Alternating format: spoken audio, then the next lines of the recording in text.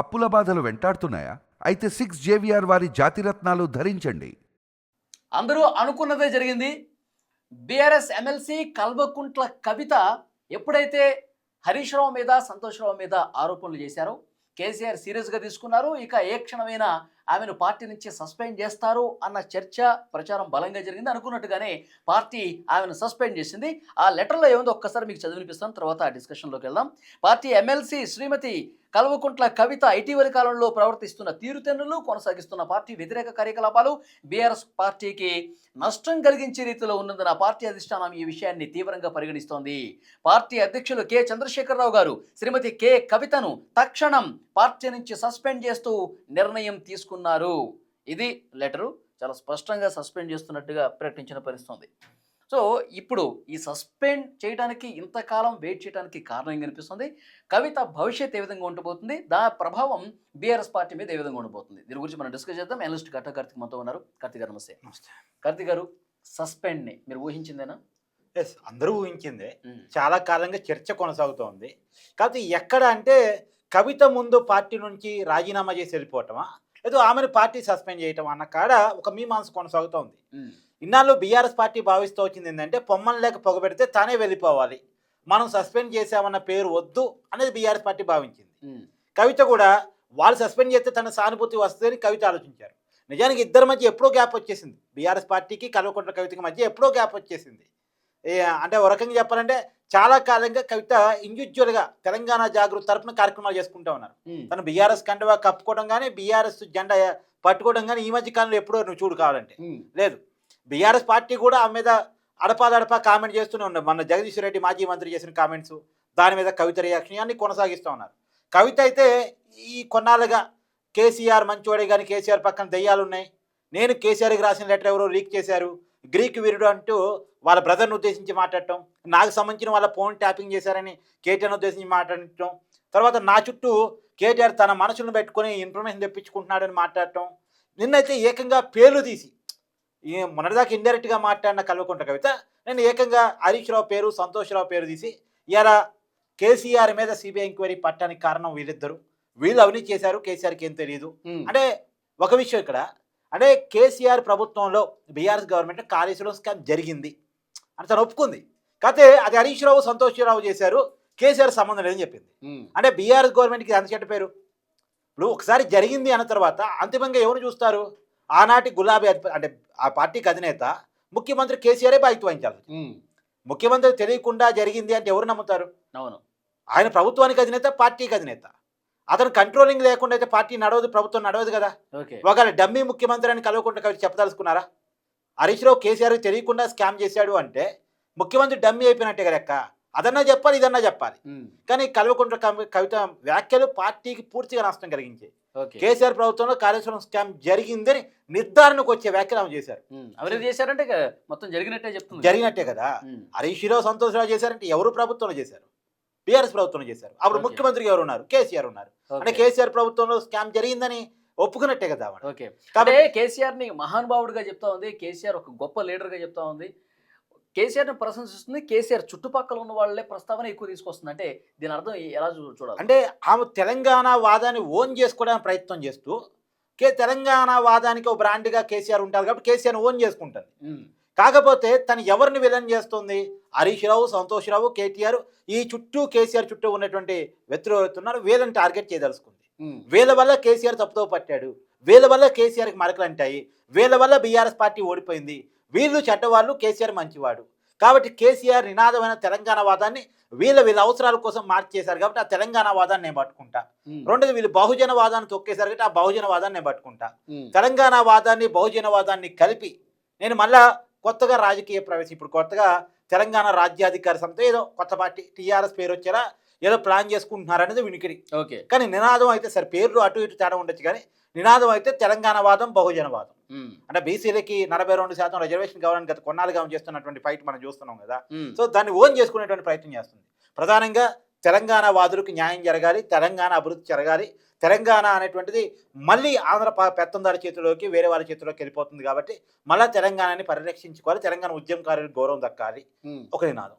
తర్వాత బహుజనులు అభివృద్ధి కావాలి, బీసీలు, ఎస్టీలు, ఎస్సీలు అభివృద్ధి కావాలి, కాబట్టి వీళ్ళ కోసం వీళ్ళకి హక్కులు వచ్చేలాగా రాజ్యాధికారం జరగాలి అనేది రెండో వాదం. ఓకే. మూడో వాదం మహిళలకి సహజంగా మహిళావాది కాబట్టి మహిళలకి రాజకీయాల్లో అవకాశాలు దక్కాలి, మహిళలకి ఇంపార్టెన్స్ రావాలి. ఈ మూడు వాదనలతో ఓకే. నాకు తెలిసి అది త్వరలో తెలంగాణలో పాదయాత్ర కూడా వెళ్ళబోతున్నారు అనేది మనకు కూడా సమాచారం. ఓకే.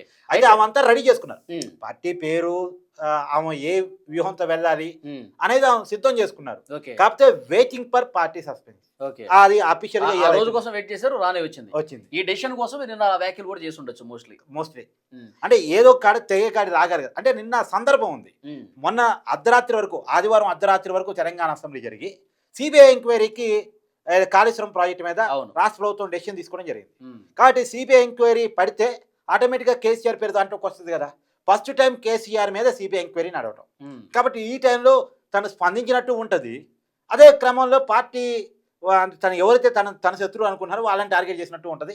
ఈ కారణం చేత ఆమె నిన్న కామెంట్ చేశారు. అయితే ఇంతకుముందు మీరు ఒక మాట అన్నారు, ఎప్పటి నుంచో ఈ గ్యాప్ ఉందన్నారు, కవితకి బీఆర్ఎస్ పార్టీకి ఈ గ్యాప్ నడుస్తుందన్నారు. ఈ గ్యాప్ అనేది ఆమె జైల్లో ఉన్నప్పుడు వచ్చిందా, జైలు నుంచి బయటకు వచ్చిన తర్వాత పార్టీలో అవకాశాలు దక్కకపోవటం వల్ల ఏర్పడిన గ్యాప్ అంటారు? యాక్చువల్గా మీ అందరికీ తెలిసిందే 2014లో బీఆర్ఎస్ అప్పటి టీఆర్ఎస్ పార్టీ అధికారంలోకి వచ్చింది తెలంగాణ వచ్చిన తర్వాత.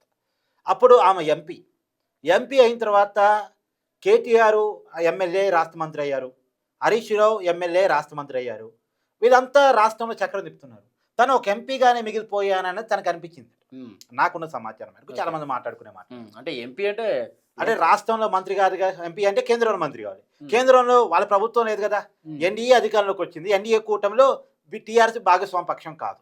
సో కేంద్ర మంత్రి అయ్యేటువంటి అవకాశం ఏమాత్రం లేకుండా పోయింది. అప్పుడే 2019 ఎన్నికల కంటే ముందు కేసీఆర్ ముందు ఒక ప్రపోజల్ తీసుకొచ్చారట కవిత. మనం బీజేపీతో పొత్తు పెట్టుకుందాం, ఎన్డీఏ గవర్నమెంట్లో భాగస్వాములుగా చేరదాం, కేంద్ర మంత్రి నేను అవుతాను అని చెప్పేసి ఒక ప్రపోజల్ తీసుకొచ్చారు. ఓకే. అయితే ఆ రోజు ఏం జరిగింది, అప్పుడు కేసీఆర్ చెప్పింది ఏంటి అనేది బయట మాట్లాడుకునే మాట ఏంటంటే, మనం ఇప్పుడు మొన్న 2000 అంటే ముందస్తు ఎన్నికలకి వెళ్ళారు కదా, 2018 ఎన్నికలు సెకండ్ టైం గెలిచి ఉన్నాం, 88 స్థానాలు వచ్చి ఉన్నాయి. సారు కారు 16 నినాదంతో పోతా ఉన్నాం, ఒంటరిగా పోదాం, మనకి ఎక్కువ ఎంపీ స్థానాలు వస్తాయి, ఎన్డీఏ గవర్నమెంట్ మన అవసరం పడిద్ది, ఎందుకంటే వాళ్ళు సొంతంగా మెజార్టీ వచ్చే అవకాశం లేదు అని చెప్పేసి అప్పుడు ఉన్నటువంటి కేసీఆర్ హితబోధ చేశారట కల్వకుంట్ల కవితకి. అంటే ఆ రోజు ఎన్నికల తర్వాత పొత్తు పెట్టుకుందాం, ఎన్నికల ముందు వద్దు, ఎన్నికల తర్వాత పొత్తు పెట్టుకుంటే మన అవసరం ఎక్కువ కాబట్టి మనకు కావాల్సిన బార్గెనింగ్ చేసుకోవచ్చు అన్నారు. కానీ అనుకోకుండా ఎన్డీఏ గవర్నమెంట్ టీఆర్ఎస్ తో అవసరం లేకుండా సొంత మెజార్టీతో వచ్చింది. అది బీజేపీకే సొంతంగా బలం వచ్చేసింది. పైగా కల్వకుంట్ల కవిత ఎంపీగా ఓడిపోయింది. ఓడగొట్టారా? సరే, ఇక ఓడగొట్టారని ఆమంటది. అప్పటి నుంచి కోపం, ఎందుకంటే నన్ను కేంద్ర మంత్రిగా కాకుండా అడ్డుకోవాలని నన్ను ఓడగొట్టారు. కేసీఆర్ తన అనుచరుల చేత నా ఓటమిని చూశారు, పార్టీలోనే నాకు కుట్రలు జరిగాయి, ఎమ్మెల్యేలే నాకు వ్యతిరేకంగా పనిచేశారు. ఆ రోజు నుంచి ఆ గ్యాప్ ఉంటా ఉంది. రెండోది, రాష్ట్రంలో తనకు ప్రయారిటీ ఇవ్వట్లేదు. ఎంపీ అనే పేరుతోటి రాష్ట్రంలో ప్రయారిటీ ఇవ్వట్లేదు. నాకేం పదవి అని ఈమె గట్టిగా మాట్లాడితే ఎమ్మెల్సీ ఇచ్చారు. ఎమ్మెల్సీ ఇచ్చారు కానీ రాష్ట్ర ప్రభుత్వం క్యాబినెట్లోకి ఏమైనా తీసుకోలేదు. ఏ రకంగా చూసినా రాష్ట్రంలో నాకు అవకాశం లేకుండా పోయింది. రాష్ట్రంలో అవకాశం లేకనే ఢిల్లీ వాళ్ళతో కలిసి ఆమె లిక్కర్ పాలసీ విషయంలో అక్కడ తన చేసుకోగల లాబింగ్ చేసుకున్నారు అనేటువంటిది తన అనుచరులు వర్షన్ కూడా రకంగా చెప్పాలండి. ఇక్కడ అవకాశం ఏమాత్రం ఏమో లేదు. ఇక్కడ దానికి పెద్ద ఎత్తున కబ్జాలు అదో ఇదో జరిగింది కదా రాష్ట్రంలో. వీళ్ళు అధికారంలో వీళ్ళు దోచుకోవడమే కానీ నాకు అవకాశం రావట్లేదు అన్న బాధతో లిక్కర్ స్కామ్ చేశారా? అది మనం కొన్ని ఓపెన్ గా చెప్పలేం కానీ వాస్తవంగా అంటే ఆమె ఏదైతే లిక్కర్ స్కామ్ ఉంది, ఆ లిక్కర్ స్కామ్ ఢిల్లీ పాలకులతో కలిసి ఆమె చేశారు. కానీ ఇక్కడ ఆమె మీద ఎలాంటి ఆరోపణలు, అంటే ఇక్కడ ఏమాత్రం స్కోపు ఆమెకి ఇక్కడ ఇవ్వలేదు అంటుంది. ఇక్కడ వచ్చేటువంటి ప్రతి కుంభకోణం మీద, ప్రతి అవినీతి మీద ఆరోపణలు ఉంటే ఎవరి మీద ఉంటున్నాయి? అయితే కేసీఆర్, హరీష్ రావు, కేటీఆర్ మీద ప్రధానంగా ఇక్కడ హైదరాబాద్ సంబంధించినటువంటి ఆరోపణలు ఉన్నాయి. అంటే ఆమెకి ఎక్కడా కూడా అవకాశం ఇవ్వని లేదు అనేటువంటి ఆమె ఓపెన్ గా ఇండైరెక్ట్ గా చెప్పేటువంటి ప్రయత్నం చేస్తున్నారు గతం నుంచి కూడా. కాబట్టి ఏది ఏమైనా ఆ కుటుంబంలో ఆస్తుల పంచాయతీ, పదవుల పంచాయతీ, పంపకాల కాడ వచ్చిన పంచాయతీ ఇది తెగిన దాకా వచ్చింది అనేటువంటిది వాస్తవం. ఎవరు ఒప్పుకున్నా ఒప్పుకోవాలి. ఆమె జైల్లో ఉన్నప్పుడు కేసీఆర్ నన్ను చూడటానికి రాలేదు, నా తండ్రి నన్ను చూడటానికి రాలేదు, నన్ను కొంచెం దూరం పెట్టినటువంటి ఆ భావన ఆమెలో ఉండి, అంటే బీజేపీతో పొత్తు విషయంలో కూడా నా దగ్గర తీసుకొస్తే వద్దని చెప్పాను, ఇలాంటి డిస్కషన్స్ అన్ని కూడా జరిగినాయి కదా. అయితే వాస్తవం ఏంటంటే జైలుకి కేసీఆర్ వెళ్ళకపోవడానికి, కవిత అరెస్ట్ అయినప్పుడు పార్టీ పెద్ద ఎత్తున గందరగోళం అంటే బంధుకాలు లేకపోతే ఆందోళనలు చేయకపోవటానికి ఆ రోజు అప్పటికే చాలా గ్యాప్ వచ్చింది. ఇప్పుడేదో బయటపడింది కానీ అప్పటికే చాలా గ్యాప్ వచ్చింది. కవిత తనేదో కోరుకుంటున్నారు, ఆ కోరుకున్న దాన్ని పార్టీ ఇవ్వడానికి సిద్ధంగా లేదు. కేటీఆర్ ఇవ్వడానికి సిద్ధంగా లేడు. తనేదో ఒక పర్టికులర్ ఇంపార్టెన్స్ కావాలని కోరుకుంటున్నారు. అది వాళ్ళు తీర్చడానికి చెప్పారు. అప్పుడే కేసీఆర్ కవిత జైల్లో ఉంటే చూడటానికి వెళ్ళలేదని, ఈవెందో పార్టీ పట్టించుకోలేదని. అయితే ఆ టైంలో ఇప్పుడు కల్వకుంట్ల కవిత చేసే ఆరోపణ ఏంటి, బీఆర్ఎస్ పార్టీని బీజేపీ పార్టీలు విలీనం చేద్దామని అనుకున్నారు, దాన్ని నేను వ్యతిరేకించాను అని ఆమె చెప్తుంది. నిజానికి అసలు బయట నిజంగా రాజకీయ వినికిడి ఏంటంటే అసలు బీజేపీ తోటి బీఆర్ఎస్ పొత్తుని ప్రపోజ్ చేసిందే కవిత అని 2019 ఎన్నికల కంటే ముందు. కానీ అదే ప్రపోజల్ మళ్ళీ 2024లో వచ్చింది.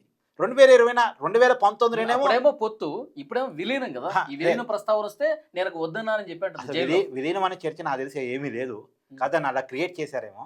2019లో పొత్తు చర్చ ఏమో కవిత అవసరాల కోసం జరిగింది. 2024లో పొత్తు చర్చ ఏమో కేసీఆర్ కేటీఆర్ అవసరాల కోసం జరిగింది. ఇక్కడ కూడా కవిత తను ఫీల్ అవుతోంది. ఎందుకు కేటీఆర్ మీద సిబిఐ వద్దు, కేసీఆర్ మీద సిబిఐ వద్దు. ఎందుకంటే చాలా ఆరోపణలు ఉన్నాయి కదా, ఫోన్ ట్యాపింగ్ అని, ఈ ఫార్ములా కార్ రేసింగ్ అని, ఇలాంటి ఆరోపణలు ఉన్నాయి కదా. కాళేశ్వరం ప్రాజెక్టు మీద సిబిఐ ఈడీలు రంగంలోకి రావద్దు, వీళ్ళని ఇబ్బంది పెట్టొద్దు. ఎందుకంటే ఆల్రెడీ రేవంత్ రెడ్డి వీళ్ళ ప్రధాన శత్రువు. అలానే కేంద్రం కూడా రేవంత్ రెడ్డితో కలిసి బీజేపీ కాంగ్రెస్ కలిసి వీళ్ళ మీద పడ్డాయి అనుకో, వీళ్ళకి రాజకీయంగా ఇబ్బందికరమైన పరిస్థితి కదా, జైలుకి వెళ్లాల్సి వచ్చింది కదా. కాబట్టి వీళ్ళు 2024లో బీజేపీతో లోపాయికార ఒప్పందాన్ని చేసుకున్న మాట వాస్తవం. ఆ ఒప్పందంలో వీళ్ళు ఏం డిమాండ్ పెట్టారు, వాళ్ళు ఏంటి కొప్పుకున్నారో తెలియదు, కానీ మొత్తానికి లోపాయికార ఒప్పందం మాట చేసుకున్న మాట రాజకీయాలు బహిరంగ రహస్యం బా. నేను చెప్తున్నాను, 9.5 ఏళ్ళు అధికారంలో ఉన్న బీఆర్ఎస్ పార్టీకి మొన్న పార్లమెంట్ ఎన్నికలు ఒక్క సీట్ ఎందుకు రాదా, ఎంపీ సీటు. ఇప్పుడు 9.5 ఏళ్ళు అధికారంలో ఉంది. ఎమ్మెల్యేలుగా చూసినప్పుడు దాదాపు 39 మందికి ఎమ్మెల్యేలు గెలిచారు. 39 ఎమ్మెల్యేలు గెలిచిన పార్టీకి ఒక్క ఎంపీ సీట్ రాదా? కనీసం కేసీఆర్ హరీష్ రావు ప్రాతినిధ్యం వహిస్తున్నటువంటి మెదక్ పార్లమెంట్ స్థానం నుంచి అన్న రాదా? ఖచ్చితంగా వచ్చే అవకాశం ఉంది కదా. అవును, లాజిక్ ఆలోచించినప్పుడు ఎందుకు రాలే? అక్కడ బీజేపీ ఎందుకని గెలిచింది? బీజేపీకి 8 అసెంబ్లీ స్థానాలు వచ్చిన పార్టీకి 8 పార్లమెంట్ స్థానాలు ఎట్లా రాగిరినాయి? 39 అసెంబ్లీ స్థానాలు వచ్చినటువంటి పార్టీకి ఒక్క పార్లమెంట్ స్థానం ఎందుకని రాలే? అంటే క్లియర్ కట్ అండర్స్టాండింగ్ బీఆర్ఎస్ తన ఓట్ బ్యాంక్ మొత్తాన్ని కూడా బీజేపీ షిఫ్ట్ చేసింది. తన క్యాడర్ మొత్తాన్ని గ్రౌండ్ వదిలేసింది. గ్రౌండ్ వదిలేయటం వల్ల బీజేపీ పార్లమెంట్ ఎన్నికలు బలపడింది. బీజేపీ కూడా కావాల్సింది ఏంది, కొద్దిగా నార్త్లో బలం తగ్గేటట్టు ఉంది, సౌత్లో బలం కావాలి, ఆంధ్రాలో పొత్తు ఉంది, తెలంగాణలో అఫీషియల్ పొత్తు లేదు, ఇండైరెక్ట్ కోఆపరేషన్ వాళ్ళ అవసరాల కోసం వాళ్ళు చేస్తామంటున్నారు కదా, తీసుకుందాం. ఓకే, ఇప్పుడు వాస్తవం బీజేపీకి ఉన్న అలవాటు ఏంది, కొంతమంది డైరెక్ట్ పొత్తుని ఎంకరేజ్ చేస్తూ కొంతమందితో ఇండైరెక్ట్ పొత్తును కూడా కంటిన్యూ చేస్తూ ఉంటుంది. ఇప్పుడు ఆంధ్రాలో చూడు, టీడీపీతో అఫీషియల్ పొత్తు, వైసీపీతో అనఫీషియల్ పొత్తు. ఇక్కడ కూడా అంతే, బీఆర్ఎస్ తను కోఆపరేట్ చేస్తూ ఉంటుంది. ఆ కోఆపరేషన్ని బీజేపీ వాడుకుంది. కేవలం పార్లమెంట్ ఎన్నికల్లోనే కాదు, తెలంగాణలో మొన్న గ్రాడ్యుయేట్ ఎమ్మెల్సీ ఎన్నికలు వచ్చినా ఆ గ్రాడ్యుయేట్ ఎమ్మెల్సీ ఎన్నికల్లో కూడా వాడేసుకుంది బీజేపీ. ఎందుకంటే 9.5 ఏళ్ళ అధికారంలో ఉన్న పార్టీ గ్రాడ్యుయేట్ ఎమ్మెల్సీ ఎన్నికలు పోటీ చేయదా? ఎందుకు? బీజేపీ కోసం పోటీ చేయదా? ఎందుకు? ఈ సిబిఐ ఈడీ నుంచి రక్షించుకోవడం కోసం. అది ఇదే కల్వకుంట్ల కవిత చేస్తున్న వాదన కూడా. అదే ఈ వాదనలో కవిత చేయటం కొంత అర్థం లేదేమో, కానీ వాదనలో మాత్రం నిజం ఉంది. కానీ ఇప్పుడు ఏదేమైనా తెగేదాకా వచ్చింది, తెగిపోయింది. ఇక ఎవరి దారి వాళ్ళది. ఇప్పుడు ఈ కొత్త పార్టీ ప్రభావం ఎట్లా ఉంటుంది అంటారు? ఆమె ఏమన్నా సక్సెస్ అయ్యే ఛాయలు ఏమైనా కనిపిస్తున్నాయి మీకు? అంటే నేను అనుకోవటం ఆ వెనకాల ఒక హస్తం ఉందేమో అనుకుంటున్నాను. హస్తం అంటే హస్తం పార్టీ మోస్ట్లీ అనుకుంటున్నాను నేనైతే. అంటే వెనకాల హస్తం కూడా రేవంత్ హస్తమా? రేవంత్ హస్తమే కావచ్చు అనేది. కాకపోతే ఆమె రాజకీయంగా క్లిక్ అవుద్ది లేదు అనేది ఇప్పుడే చెప్పలేం, కానీ వాస్తవంగా తనకు రాజకీయంగా అవకాశం లేదు. వాస్తవానికి ఆమె బీఆర్ఎస్ ఓట్లు చీలిక ప్రధాన ఉద్దేశమా రేవంత్? ఎస్, యాక్చువల్గా ఏంటంటే ఎలాగైతే షర్మిల జగన్ దెబ్బతీయటానికి మనకు వచ్చిందో, కేటీఆర్ని దెబ్బతీయటానికి బీఆర్ఎస్ పార్టీని దెబ్బతీయటానికి కల్వకుంట్ల కవిత ఆయుధంగా పనికి వచ్చిందేమో తప్ప తనకి రాజకీయంగా ఏదో క్లిక్ అవుద్ది, రాజకీయంగా తనకి ఏదో బాగుంటుంది అనేది నేను అనుకోను. తెలంగాణలో కేసీఆర్ కుటుంబం నుంచి విడిపోయి ఒక హరీష్ రావు తప్ప వేరే వాళ్ళు ఎవరు కొత్తగా పార్టీ పెట్టినా అంత క్లిక్ అయ్యే అవకాశం లేదు. ఓకే, కాబట్టి కవితకి కొంత క్రెడిబిలిటీ సమస్య. అందులో ఆమె వరుసగా 2019 ఎన్నికల్లో ఓడిపోయింది కదా, జైలుకి మన లిక్కర్ స్కామ్ లో కూడా జైలుకి వెళ్ళి వచ్చింది కదా. కాబట్టి ఆమెకి క్రెడిబిలిటీ సమస్య ఉంది. ఆమె ఏం చెప్పినా కానీ జనంలోకి వెళ్ళి ఈ బహుజనవాదం అని చెప్పినా, మహిళలకు సంబంధించిన ప్రస్తావన అంటే ఏ వాదం చెప్పినా సరే చెప్పేది కవిత కాబట్టి నమ్మరు. ఆ వాదాలు నిజమే. బహుజనులకి న్యాయం జరగాలి, తెలంగాణలో జరగలేదు అన్నది వాస్తవం. బీసీలకి 42% రిజర్వేషన్ ఇవ్వాలన్నది వాస్తవం, పెరిగిన జనాభా ఆధారంగా. తర్వాత తెలంగాణ వాదులకు ఇంపార్టెన్స్ పెరగాలన్నది వాస్తవం. రాజకీయాల్లో మహిళల పాత్ర పెరగాలి అనేది కూడా వాస్తవం. కానీ మరి ఇదే కల్వకుంట్ల కవిత 2014లో కేసీఆర్ మొట్టమొదటి క్యాబినెట్లో ఒక్క మహిళ కూడా లేనప్పుడు ఎందుకు మాట్లాడలే? ఓకే, తర్వాత బీసీలకు 42% గురించి బీఆర్ఎస్ అధికారంలో ఉన్నప్పుడు 9.5 ఏళ్ళు వాళ్ళే అధికారంలో ఉన్నారు కదా, ఆ రోజు ఎందుకు కల్వకుంట్ల కవిత పోరాటం చేయలే? అంటే ఇవన్నీ కూడా కవిత సమాధానం చెప్పాల్సి వస్తుంది. కాబట్టి ఈ వాస్తవాలు కవిత మాట్లాడినప్పటికీ కూడా కవిత మాట్లాడటం వల్ల వీటి అంటే క్రెడిబిలిటీ ప్రజలు ఇవన్నీ గుర్తు పెట్టుకుని నువ్వు అప్పుడేం చేసావు ఇప్పుడేం చేసావు రాజకీయ అంటే నాయకులు అంటే వీళ్ళు రాజకీయ ప్రత్యర్థులు అంటే చేస్తారు కామన్ గా. రాజకీయ ప్రత్యర్థులు చేసేది ప్రజల్లోకి వెళ్ళిపోయింది కదా. ఉమ్, ఇప్పుడు నువ్వు ఒక మాట మాట్లాడుతున్నావు, అది నీకు క్రెడిబిలిటీ ఉంటే వింటారు, ఉమ్, క్రెడిబిలిటీ లేనప్పుడు ఏం వింటారు?